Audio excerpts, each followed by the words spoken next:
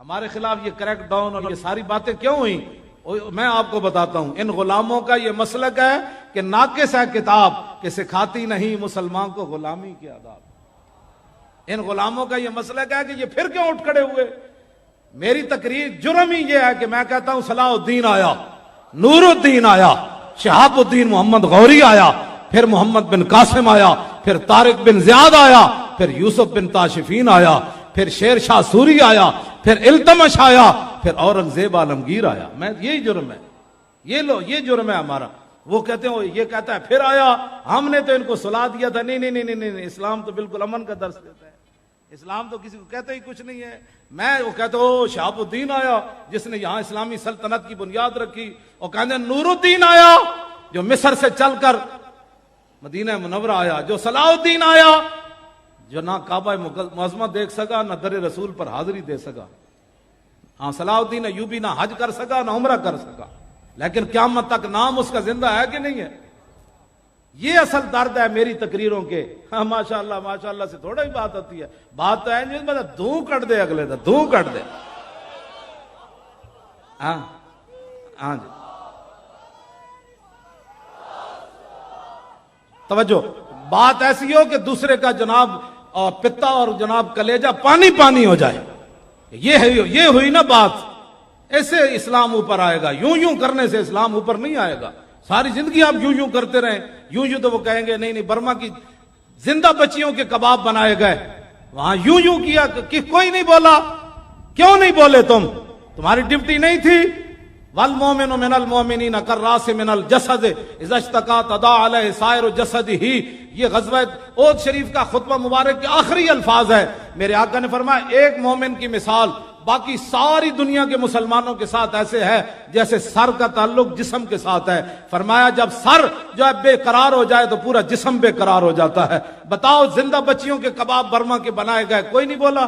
کہتا ہے صبر کرو بچیو، اب محمد بن قاسم نے نہیں آنا، اب صبر کرو، اب اسلام امن کا درس دیتا ہے۔ بتاؤ نا وہ کون سا امن ہے جس ایک خاتون کے لیے حضور نے پورا قبیلہ نہیں نکال دیا؟ بنو کینو کا پورا قبیلہ نکال دیا۔ فرمایا تمہاری جرت کیسی ہوئی، تم نے خاتون سے بدتمیزی کی؟ قتل نہیں کیا، صرف ان کا کپڑا باندھا تھا خاتون کا، وہ اٹھی تو نیچے گر گئی، بات رسول اللہ تک چلی گئی۔ قبیلہ بنو قینقاع، حضور نے پورے قبیلے کو بلا کر فرمایا مدینہ منورہ چھوڑ جاؤ ورنہ تمہارے بارے میں کوئی اور فیصلہ کر لیا جائے۔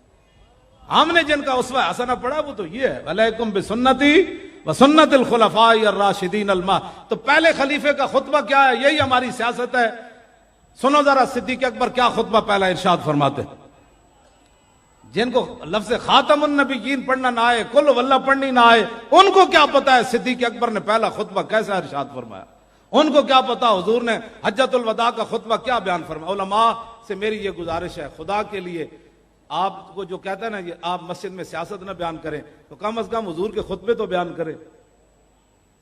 وہ سارے سیاست سے بھرے ہوئے جو آپ کو کہیں مولانا یہ کیا بیان کیا؟ میں نے حضور کا خطبہ بیان کیا، اور کیا بیان کیا؟ سمجھ آ گئی پترا کہ کوئی نہیں ہے؟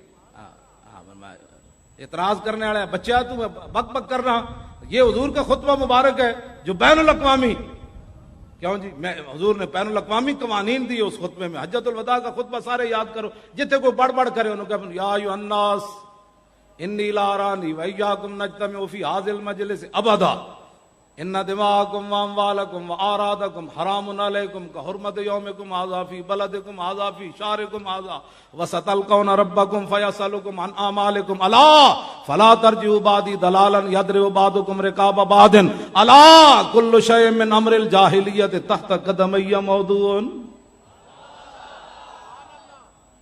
آج جاہلیت کی ہر بات کو حضور نے فرمایا میں نے پاؤں کے نیچے رونگ ڈالا ہے۔ بس نہیں جی مولانا کچھ تقاضے ہوتے ہیں، بے حیائی شادیوں میں کرنی پڑتی ہے، نہیں ہندو رسمیں کرنی پڑتی ہے۔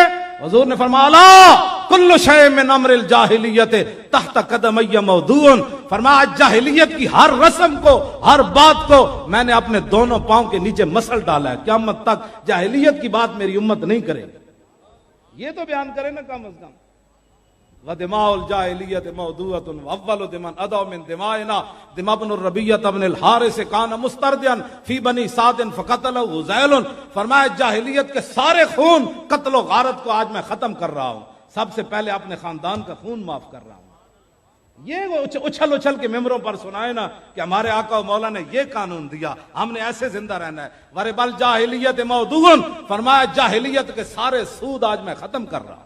وَأَوَّلُ ربا عباس بن عبد المطلب، فرمایا میں سب سے پہلے اپنے خاندان، اپنے چچا جان کا، فَإِنَّهُ مَوْضُوعٌ كُلُّهُ، میں آج سب سے پہلے اپنے چچا جان کا سود ختم کر رہا ہوں، سودی لین دین آج کے بعد ختم کر رہا ہوں۔ یہ بیان کریں نا، یہ سیاست ہی تو ہوگی جو کہیں گے سود کھانا، مولانا کوئی راستہ نکالے سود کا۔ انہوں نے کہا رسول اللہ نے سود کو ختم کر دیا تو پھر سود کی بات کرتا ہے۔ فاتقوا اللہ فی النساء فانکم اخذتموهن بامان اللہ واستحللتم فروجهن بکلمۃ اللہ۔ فرمایا عورتوں کے حقوق کی بات کرتے ہو، ہمارے آقا و مولا نے حجۃ الوداع کے موقع پر فرمایا عورتوں کے بارے میں اللہ سے ڈرنا ہے، یہ تو اللہ کے نام سے تمہارے لیے حلال ہوئی ہیں، ان کے ساتھ ظلم اور زیادتی نہیں کرنی تم نے۔